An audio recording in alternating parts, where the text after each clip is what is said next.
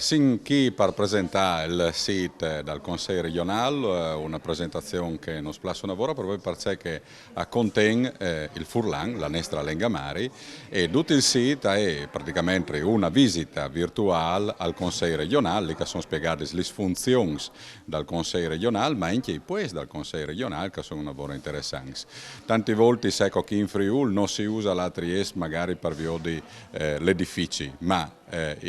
il caso proprio di dare un tour virtuale anche su internet proprio per via delle caratteristiche di un posto che alle volte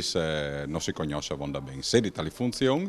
ma se di anche proprio tali caratteristiche artistiche che sono una vora interessanti e quindi dai arazzos al mosaico a tutta una serie di situazioni che si invidi a scoprire proprio perché è un bel tour. In regione abbiamo presentato il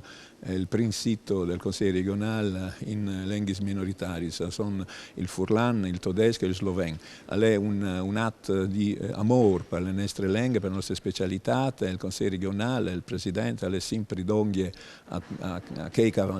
fare in Furlan, in sloveno e in tedesco, perché questo vuol dire essere autonomi, vuol dire speciali, vuol dire in qualche modo avere in mano il nostro futuro.